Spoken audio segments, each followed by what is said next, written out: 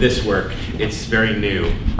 As the stress level of Jason and Jennifer can tell you, I didn't finish installing till Wednesday at 1 o'clock, and the opening was at 7.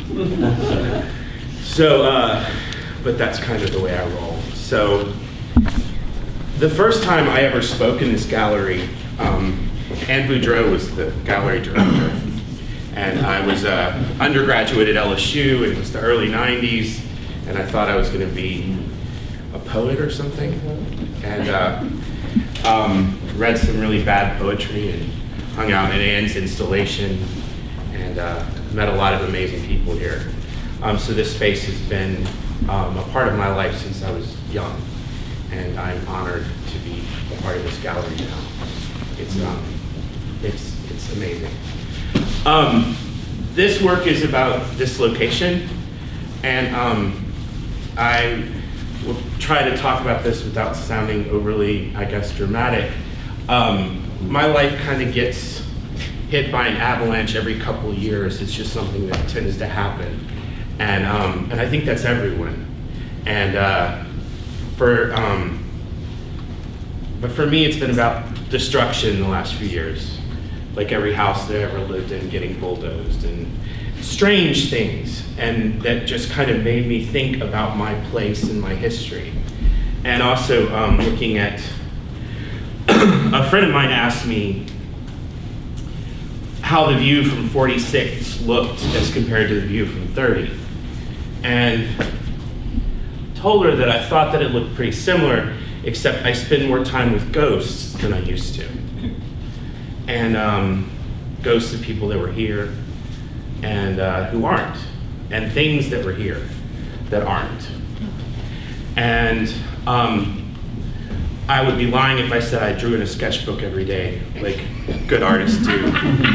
But I write every day, and I have my handwriting is to me the way I draw, and I have a relationship with that. And that's kind of why I wanted to be a poet. It was all actually about that and not so much about writing poetry. So in this show, I tried to look at kind of my day-to-days and what it looked like, starting with writing in my journal in the mornings, drinking coffee, and the revolving piece on the Lazy Susan, which we were just giggling about, is it's about what you sit down with at the breakfast table every day. When you have your journal and your cup of coffee, like what phone are you using then? And what house are you living in? And what's on the table that day? And so it's about this history of moments, and called the piece So Many Blue Mondays, because it's the history of those moments and what those ended up looking like for me. And then these guys were really about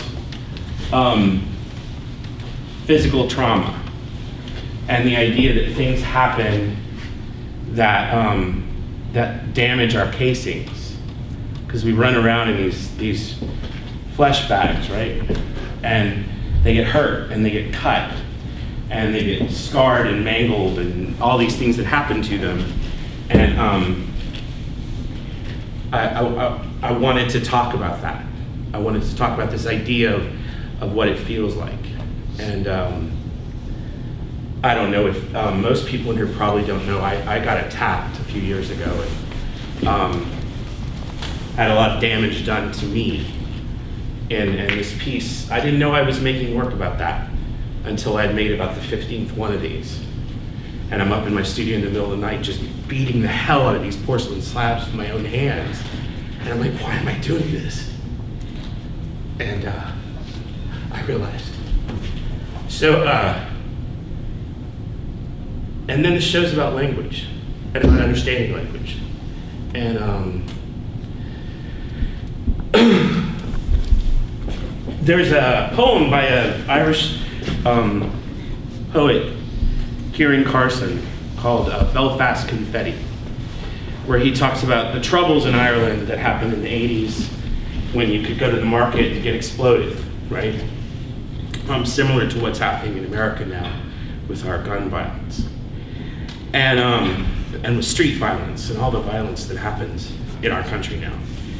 And in the poem, he talks about, he uses the parts of language as body parts. He says commas flew and parentheses tumbled, and talks about language as a metaphor for the body and what the body looks like when it's torn apart.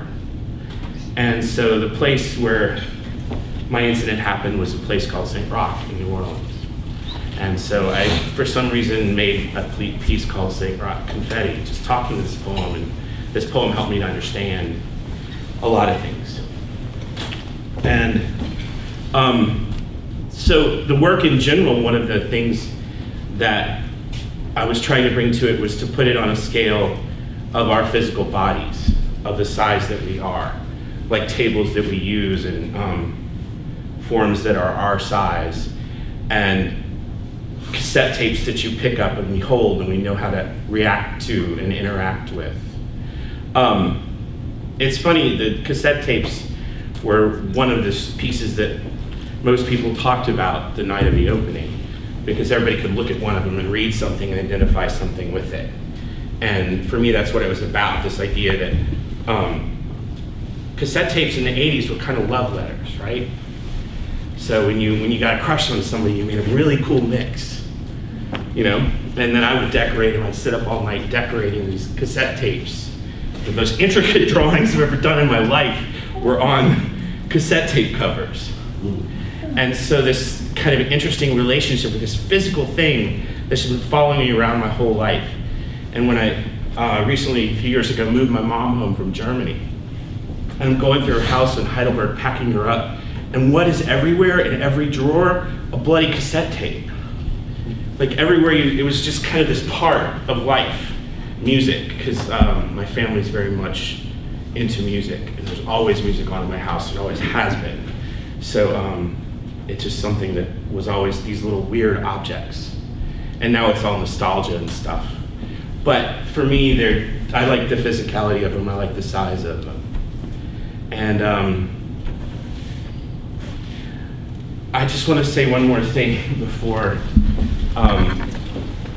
This piece is in many ways, I was thinking about what happens to us as people, and it's one of the interesting things that I see happen to the people around me is people's backs go out, their necks go out, they have problems with their spines. It's like this thing, right? Because our bodies do its thing.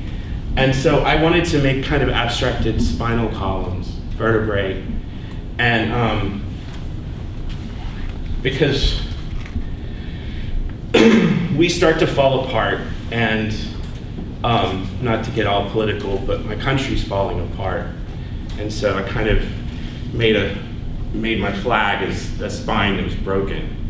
And but I wanted to make them kind of beautiful and sparkly too. I didn't want it to be all sad.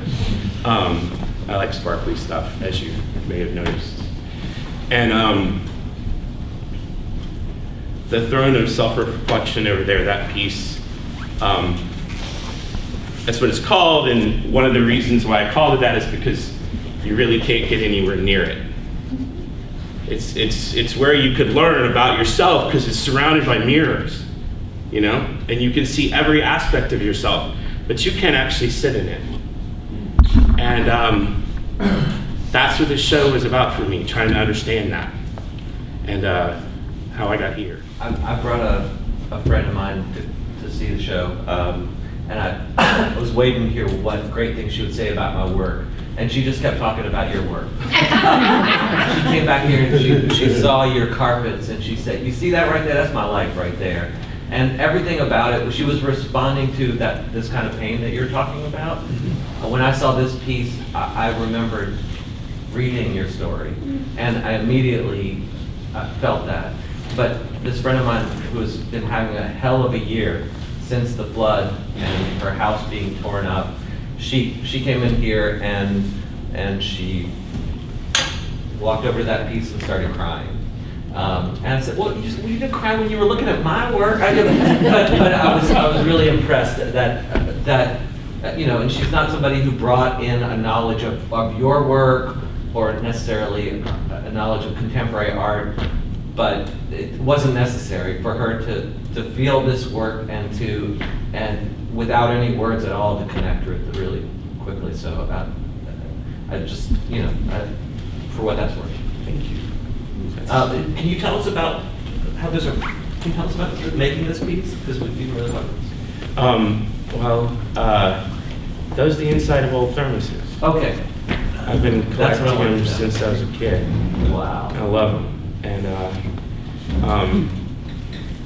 the chair I found in a trash pile after Katrina, Mhm. and it's kind of followed me. I mean, I was driving to New Orleans East, going to teach at a high school I was teaching at, and I was like, "Is that a salon chair?"